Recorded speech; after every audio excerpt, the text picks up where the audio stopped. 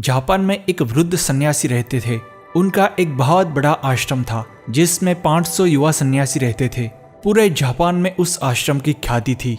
एक दिन जापान के सम्राट उस आश्रम का दौरा करने आए। वृद्ध सन्यासी ने सम्राट को आश्रम का भ्रमण कराते हुए कहा, यहाँ इस कक्ष में सन्यासी स्नान करते हैं, यहाँ इस कक्ष में वे भोजन करते हैं और यहाँ इस कक्ष में वे आराम करते हैं। आश्रम के बीचों बीच एक बड़ा खाली कक्ष था। जब वे उस कक्ष के पास आए तो वृद्ध सन्यासी ने उसका कोई उल्लेख नहीं किया। बिना कोई जानकारी दिए वे उस कक्ष को छोड़कर आगे बढ़े और दूसरे कक्ष दिखाने लगे। सम्राट ने जिज्ञासावश पूछा, इस खाली कक्ष के बारे में आपने कुछ नहीं बताया, यहाँ सन्यासी क्या करते हैं? वृद्ध सन्यासी ने ऐसा बर्ताव किया मानो उस कक्ष का कोई अस्तित्व ही ना हो। उन्होंने एक भी शब्द नहीं कहा। उन्होंने सम्राट का हाथ पकड़ा और बोले, आप आगे चलिए, मैं आपको बाकी कक्ष दिखाता हूँ। और तुरंत सम्राट को पुस्तकालय, बगीचा और संगीत कक्ष दिखाने ले गए। सम्राट की जिज्ञासा शांत नहीं हो पाई। उन्होंने फिर उस कक्ष के बारे में पूछा, लेकिन वृद्ध सन्यासी ने वही उत्तर दिया, आप आगे चलिए, मैं आपको रसोई कक्ष दिखाता हूँ। जब आश्रम दर्शन पूरा हुआ तब सम्राट थोड़े क्रोधित नजर आए। विदा लेते समय उन्होंने कहा, मैं आपका आश्रम देखने आया था, आपने मुझे सारे कक्ष दिखाए, लेकिन बीचों बीच के उस खाली कक्ष के बारे में मैंने आपसे 17 बार पूछा कि उस कक्ष में सन्यासी क्या करते हैं, फिर भी आपने कोई जवाब नहीं दिया। ऐसा क्या रहस्य है उस कक्ष का जो आप मुझे बताना नहीं चाहते? वृद्ध सन्यासी हंसने लगे। उन्होंने कहा, मुझे क्षमा करें, पर आपने गलत प्रश्न पूछा तो मैं उत्तर कैसे दूं? जिन कक्षों में हम कोई क्रिया करते हैं उनके बारे में मैंने आपको बताया, लेकिन उस खाली कक्ष में हम कुछ नहीं करते, इसीलिए मैं क्या उत्तर दूं यह सोचकर चुप हो जाता था।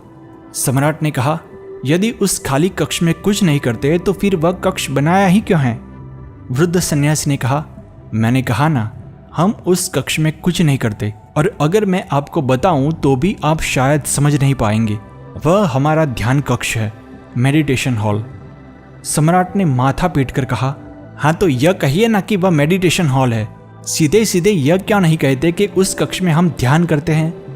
वृद्ध सन्यासी ने हंसते हुए कहा, देखा, मैंने आपसे कहा था ना, अगर मैं आपको बताऊंगा तो भी आप समझ नहीं पाएंगे। व्यक्ति स्नान कर सकता है, भोजन कर सकता है, व्यायाम कर सकता है, लेकिन ध्यान नहीं कर सकता। कुछ न करना ही ध्यान है। मित्रों, वृद्ध सन्यासी की कही बात बहुत गहन है। इसे तुरंत समझ पाना आसान नहीं है। हम सभी कुछ करने की भाषा समझते हैं। हमें लगता है कि ध्यान करना भी कोई क्रिया होगी। कई लोग समझते हैं कि ध्यान आंतरिक स्नान है, आध्यात्मिक स्नान है।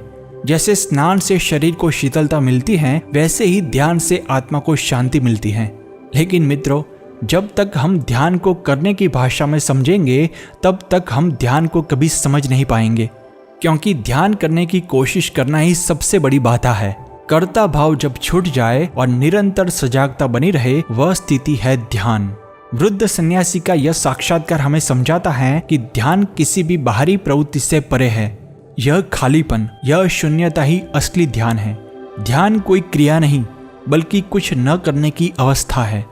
ध्यान का अनुभव तभी संभव है जब हम अपनी सारी कोशिशें, सारी योजनाएं, सारी आकांक्षाएं छोड़कर बस होने में उतर जाते हैं।